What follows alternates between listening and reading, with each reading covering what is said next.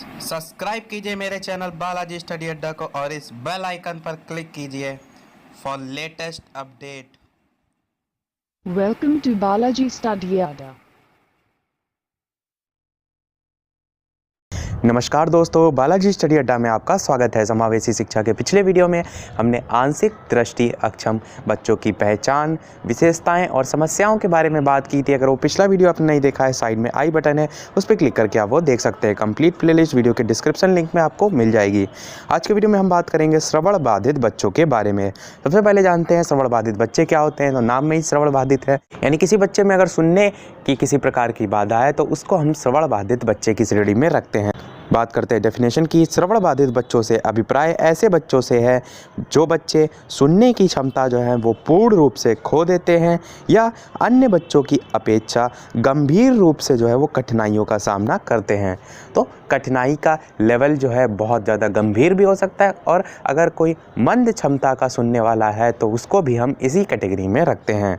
इस प्रकार हम कह सकते हैं कि जो बच्चे पूर्णतः नहीं सुन पाते हैं वो बहरे होते हैं। आंशिक रूप से कम सुनने वाले बच्चे जो श्रवण क्षमता को कुछ सीमा तक खो देते हैं, ऐसे बच्चों के जोर से की गई ध्वनि अथवा बोली गई आवाज़ को सुनने के लिए श्रवण यंत्र की आवश्यकता नहीं होती है। कहने का मतलब यहाँ पर यह है कि जो श्रवण यंत्र का उपयोग है, देखा होगा आपने, कान में लीड लगाते हैं लोग जिनको नहीं सुनाई देता है, तो उनके लिए ये बात कही गई है कि जो कम स्तर के श्रवण बाधित होते हैं, या कह सकते हैं जो श्रवण क्षमता को जो है कुछ कम स्तर तक ही खो देते हैं, उनके लिए श्रवण यंत्र की जो है आवश्यकता नहीं पड़ती है।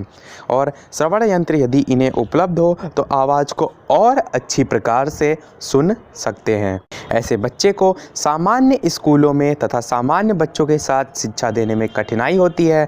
जब किसी बच्चे के श्रवण अंगों में कोई दोष होता है तब इसे श्रवण बाधित कहा जाता है। सिंपल सी ये डेफिनेशन हो जाएगी, जैसा कि नाम से ही स्पष्ट होता है।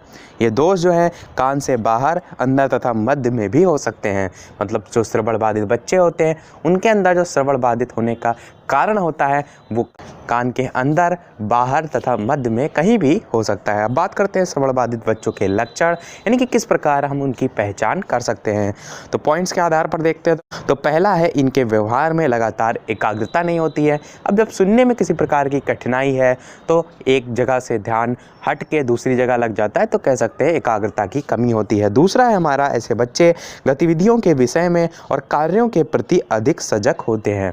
गतिविधियों और कार्यों के प्रति सजग रहने का मेन रीज़न ये होता है कि जो बच्चे कम सुनते हैं उनको अगर आप कोई चीज़ बोलते हैं तो वो बहुत ही एकाग्र मन से उस चीज़ को सुनने का प्रयास करते हैं, इसलिए कह सकते हैं किसी भी गतिविधियों के विषय में या कार्यों के प्रति वो सजग रहते हैं। तीसरा पॉइंट है कि अध्यापक के होठों की गतिविधि और उसके हाव भाव पर ध्यान देते हैं। जब सुनने में कठिनाई है तो जाहिर सी बात है होठों और हाव भाव पर ध्यान देंगे जिससे वो चीज़ों को समझ सकें। अगला है कि ये अपने सिर को एक ओर झुकाकर या घुमाकर सुनने का प्रयास भी करते हैं। कई बार जो छात्र होते हैं या बालक होते हैं उनको जो है एक कान से सुनने में दोष होता है, जिसलिए वो जो है वो सर को एक तरफ झुकाकर या कह सकते हैं घुमाकर जो है वो सुनने का प्रयास करते हैं। अगला है कि प्रश्न पूछने पर अध्यापक से दोबारा भी पूछने को कहते हैं। ये तो मोस्टली आपने भी देखा होगा। अगला है कि एक जैसी ध्वनि के शब्दों से उसे प्रायः भ्रम भी हो जाता है क्योंकि सुनने में कठिनाई है। अगला है बिना जानकारी के भी वार्ता के बीच में बिना वजह बोलता है, ये भी रीज़न होता है। अगला है कि शाब्दिक निर्देशनों को समझने में और अनुसरण करने में भी कठिनाई होती है। अगला है कि कक्षा में ध्वनि के स्रोत को नहीं जान पाता है कि स्रोत यानी कि कहाँ से आवाज़ आ रही है। जैसे कि अगर खिड़की का शीशा अचानक से टूट गया और उसकी आवाज़ आई तो उसे पहचानने में ये थोड़ा सा दिक्कत होती है कि ये आवाज़ जो है वो किस तरफ से आई है। अगला है कि शब्दों के सही उच्चारण में भी उसे कठिनाई होती है। अगला है कि बिना जानकारी के वो बड़बड़ाता रहता है। अगला है कि अधिक धीरे या अधिक तेज बोलता है। अगला है कि इनकी भाषा का पूर्ण विकास भी नहीं हो पाता है। भाषा का पूर्ण विकास ना होने का रीज़न ये भी हो सकता है कि जब बच्चे को सही स्पष्ट रूप से सुनाई नहीं दे रहा है तो वो चीज़ों को स्पष्ट रूप से समझ नहीं पाता है, और जब स्पष्ट रूप से उनको समझेगा नहीं तो जाहिर सी बात है उसका विकास जो है वो उसमें बाधा उत्पन्न होगी।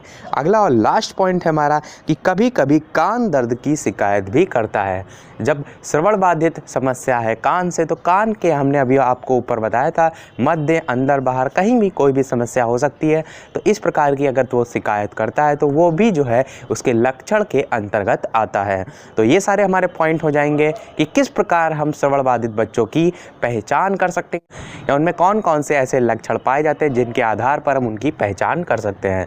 तो इसी के साथ हमारा ये टॉपिक समाप्त होता है। अगले वीडियो में हम बात करेंगे श्रवण बाधित जो बच्चे हैं उनका वर्गीकरण और किस प्रकार उनकी शिक्षा को संपन्न किया जाना चाहिए, उन सभी बिंदुओं के बारे में। तो आज के वीडियो में इतना ही। अगर हमारा प्रयास पसंद आए तो वीडियो को लाइक कीजिए, शेयर कीजिए और हमारे चैनल को सब्सक्राइब कीजिए। तो मिलते हैं अगले वीडियो में, तब तक के लिए नमस्कार। Thank you for watching.